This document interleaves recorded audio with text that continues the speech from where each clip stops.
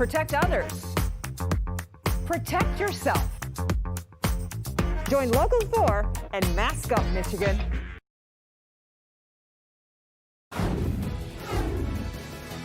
First at 4, a violent crime outside of a home in Southfield. We'll tell you how one man ended up dead and the one lead police are following right now.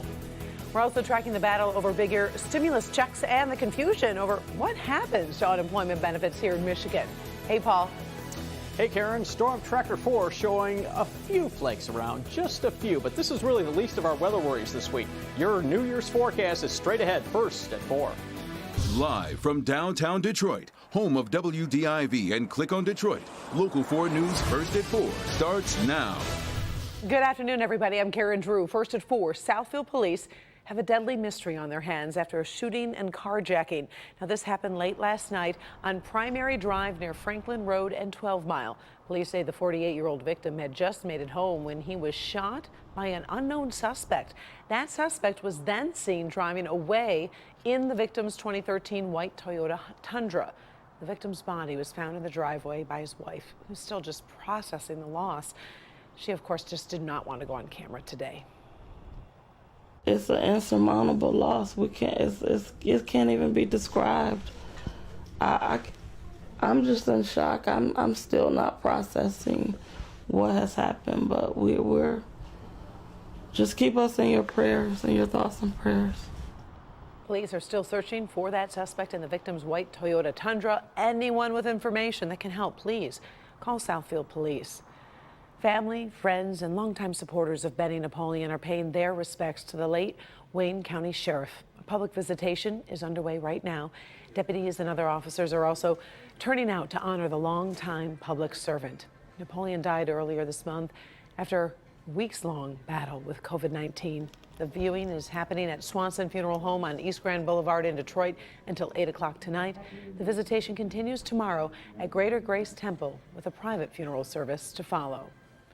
Now, let's take a look at the newest COVID-19 numbers from the state of Michigan. We did just receive those new totals. Still seem to be trending in the right direction with more than 3,200 cases reported over 2 days, Sunday and Monday. That number also might be a little lower because this was a holiday weekend. We've also lost another 60 Michiganders to the virus.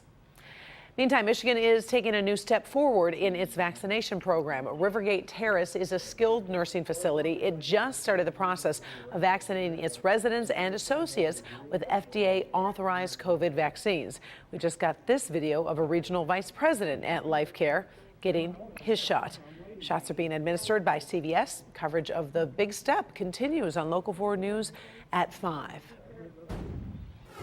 In today's first forecast, the day got off to a little balmy start. If you happen to be up at 3 a.m., you noticed that. Paul Gross is in for Ben. And Paul, we saw a big temperature swing before most of us woke up. Yeah, I mean, if you were compelled to take the dog out at 3 in the morning, the temperature's probably why. Take a look at what happened. Now, we started the evening mild. We were around 40 degrees. This is City Airport here. Then look at this. Temperature went up to 45 degrees by 3 a.m. And then the cold front came through, and within 2 hours, we were back down in the mid-30s when most people were waking up. Right now, temps are basically in the low 30s across the area. There's a breeze out there, so the wind chill is in the 20s. So that's a far cry from that 3 a.m. number. And as you can see, just a few flakes around, nothing real serious. Just flurries, very, very light snow showers. And that's going to be the case for the early evening hours. And then we're going to clear out a bit and then cloud up later with a few more snow showers in the middle of the night. So we'll be back to talk about that New Year's forecast in just a little bit, Karen. Thank you, Paul. Now, the Capitol Hill cliffhanger that never seems to end, with millions of Americans wondering how big those stimulus payments will be. This battle continues today with another vote scheduled in the House of Representatives. Local 4's Steve Gargiola in the newsroom working this story for us, tracking all those twists and turns, Steve. Oh, the plot thickens. Isn't that the question? What comes next? The House is scheduled to vote on a standalone bill to increase the new stimulus payments from $600 to $2,000. So that definitely is to come next. If it passes the House, Republicans will then face growing pressure to schedule a vote in the Senate as well. President Trump set this in motion when he refused to sign a huge budget deal passed by Congress. The president said the direct payments should have been larger.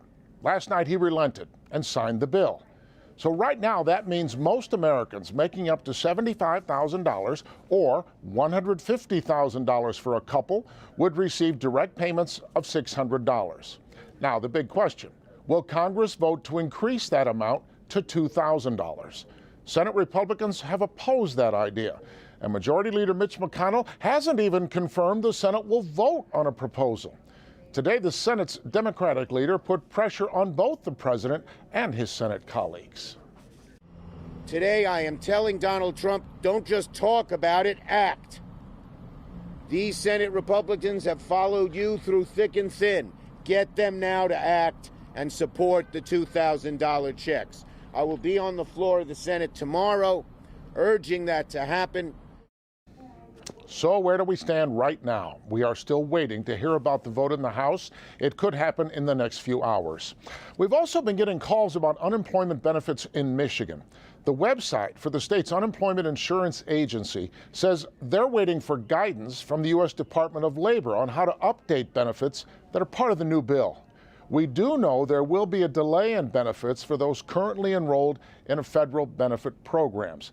It is confusing. We will get you the information as soon as it is available. Karen, back to you. Still so many questions, I know. All right, thank you, Steve. Appreciate it.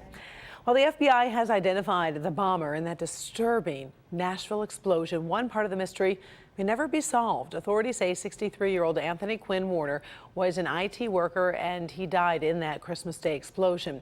They also say Warner likely acted alone. 3 people were injured, but a bizarre warning allowed police to evacuate many others. It's believed Warner died in the explosion, which will make finding a motive obviously a much trickier process. The best way to find motive is to talk to the individual. We will not be able to do that in this case. And so a lot of it will be what we can gather through interviews and ultimately what the evidence will point us toward. But we may never find out the exact reasoning behind the activity that took place. A source tells the Associated Press it's possible a local AT&T building was the target. The blast has caused some big problems for cell phone service and 911 calls in that area of the country. One neighbor is telling investigators Warner told him, quote, "Nashville and the world is never going to forget me," just days before the explosion. Former Full House star Lori Loughlin has been released from prison. She spent 2 months behind bars for her role in a college admissions bribery scheme. Loughlin and her husband admitted to paying $500,000 to get their 2 daughters into USC as crew recruits, even though neither girl was a rower. Her husband remains in prison with his release expected on April 17th. Meantime, prosecutors said he deserved more time as a more active participant in that plot.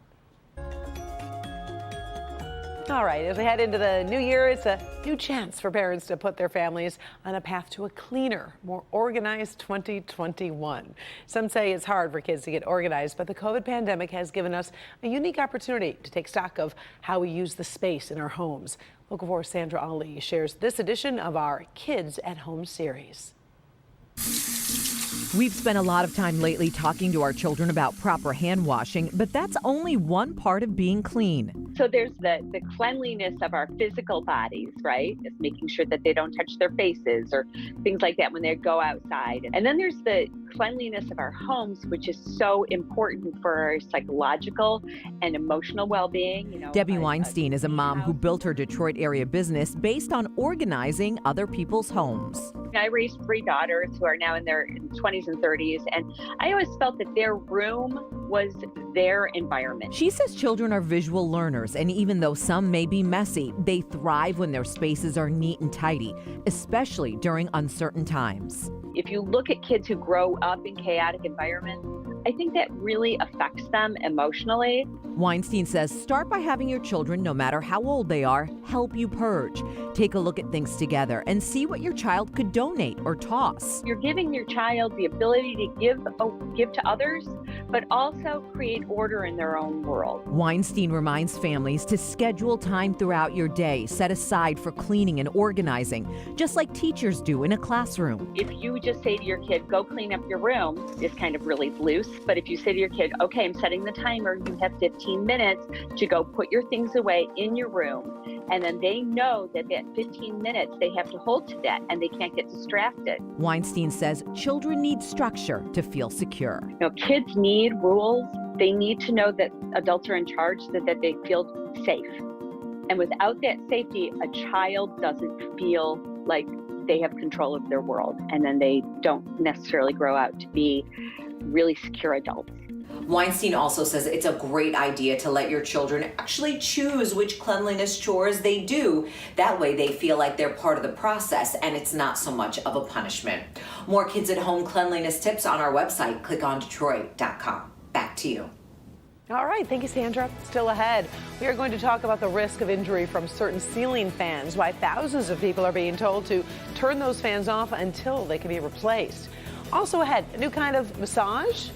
Woof. Sorry, that gives me the heebie-jeebies, but one spa owner is telling the world about the benefits of having snakes do some of the work. We're going to explain exactly what is happening here. And later, need help losing weight in the new year? You might be able to tweet your way to some free assistance. Stick around for trending stories.